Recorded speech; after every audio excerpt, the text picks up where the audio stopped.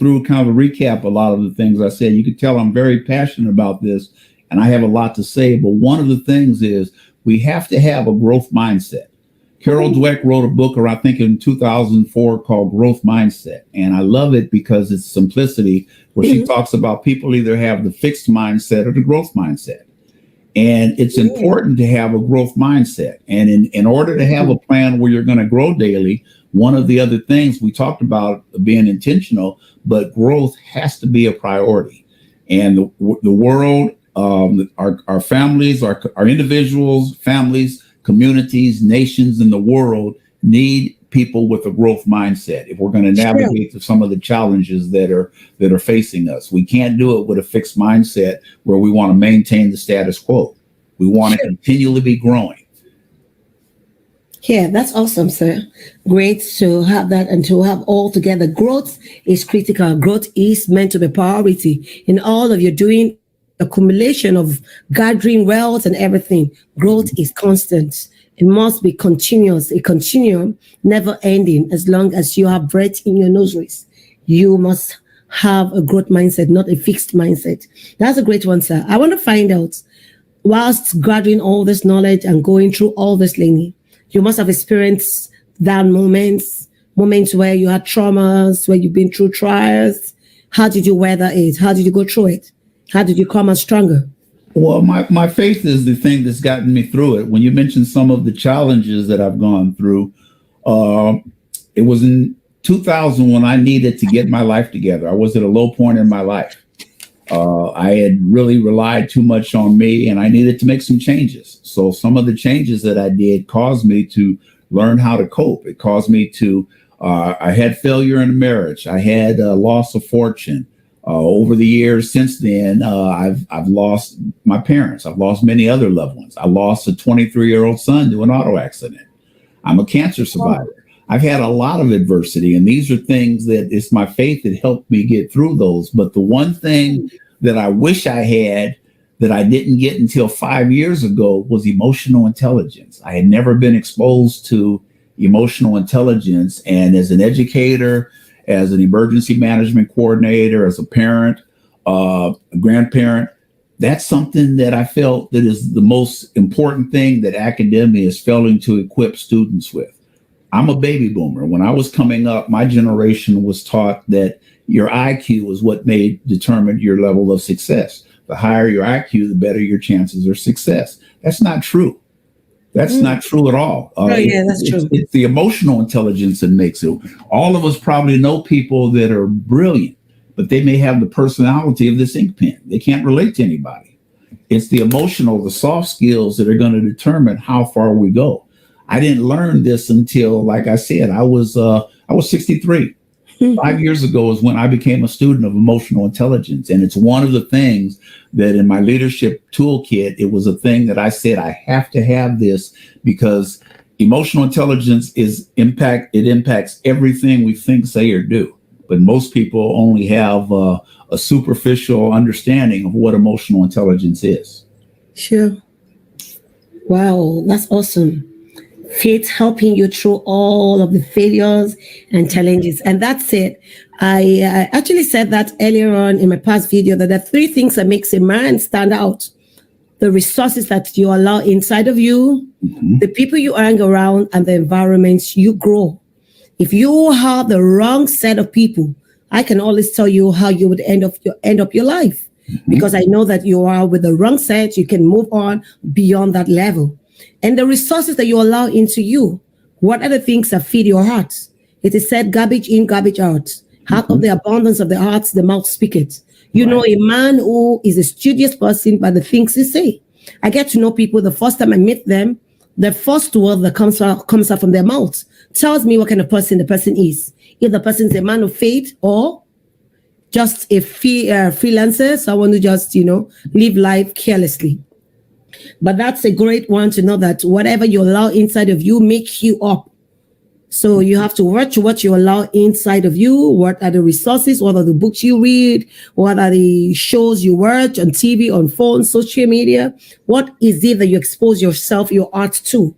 So you got to be careful. Your environment critically and the people you hang around. If you hang around the wrong set of people who are negative minded, negative environments, you can't be above that level.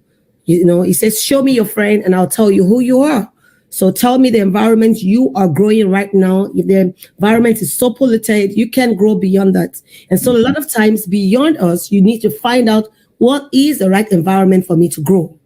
And so if you are in a wrong environment, you can plug into the right system, even if you can't change your environment.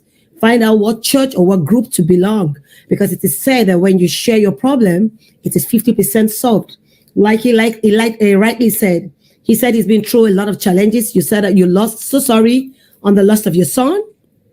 And even surviving cancer is a lot of trauma he has been through. But you know what kept him going, that made a difference, was his faith. So that means that if Ronnie had no one to talk to, he had his faith. He had somebody he was looking up to. He knew that whatever phases in life he was going through was only but for a moment. And he was ready to go through the tough times. Because a lot of times when we go through tough situations, there's always something for us to learn. It's just like going to school. Your teacher will not promote you if you don't pass a particular level exam. What gets you certified is you passed an exam and you are promoted to the next level.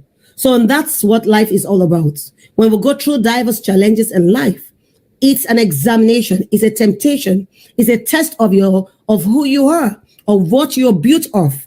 If you're built of a strong fiber, you can go through life even in tough situations. But if you are built with something else, the moment you're tried with fire, which is maybe challenges, you come crumbling.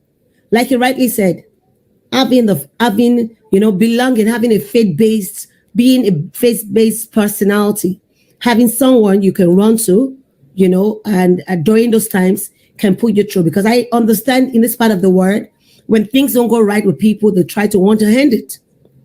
Like I rightly shared with you the other time, the lady who killed herself. And I was like, why would any young lady who is affluent, who is well-connected, well-read, Miss USA, jump from a 29-story building? What could make her do that? Let me elaborate on that, because this is where emotional intelligence comes in and where I think it's important. We're not taught how to manage our feelings and emotions, but we all have them.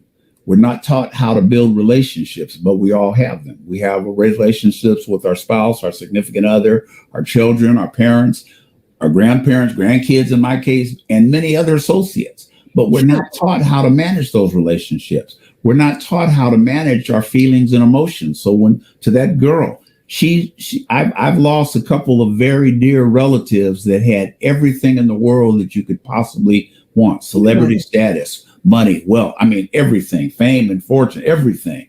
They took their life, and they took their lives, just like the girl. What happened was, even though they had everything, something was missing. And one of the things about emotional intelligence, I believe over time, it'll reduce suicide rates. I believe it'll reduce divorce rates, domestic violence, child abuse, all these shootings that we're seeing happening in churches, schools, movie theaters. I believe, I don't have the empirical data to back it up yet, but give me time and I will have it, because that's where I'm researching. I believe that we're seeing all of this manifest because people don't know how to manage their feelings and emotions. So if you don't know how to manage your feelings and emotions, you're vulnerable to some form of unhealthy behavior. It could be sex, it could be alcohol, drugs, it could be shooting up schools, whatever makes you feel good. It could be video games. These are the things that are overcoming our society. So let me just take a moment to share that this is something I think everybody, no matter whether you're 2 or 80, need to be learning to work on improving your emotional intelligence skills. Emotional intelligence is a set of emotional, social, and relational skills that guides the way we perceive, understand, and express ourselves, connect with others, manage interpersonal exchange, cope with challenges, and apply emotional information in a meaningful and effective way. That's the definition that my partner, Robert Jurish, uses, and that's the one that I'm really hanging on. That's a mouthful, but in short, it impacts everything we think, say, and do. So that's an area that academia, the faith-based community, parents need to be teaching younger kids. Because right now, the millennials, the millennials, the Gen X's and Gen Z's, all of them, especially the younger generations, those born since 2001, their mental health challenges are greater than they've ever been. Now, we have the technology that you mentioned earlier. We have the best of everything. Information is abundant. In fact, it's too abundant. Too much. There's too much out there. The Yeah. youth don't. It's been said that the youth don't need information from us older generations, but what They they don't. need is they need us to help them filter that information, because it's just too much.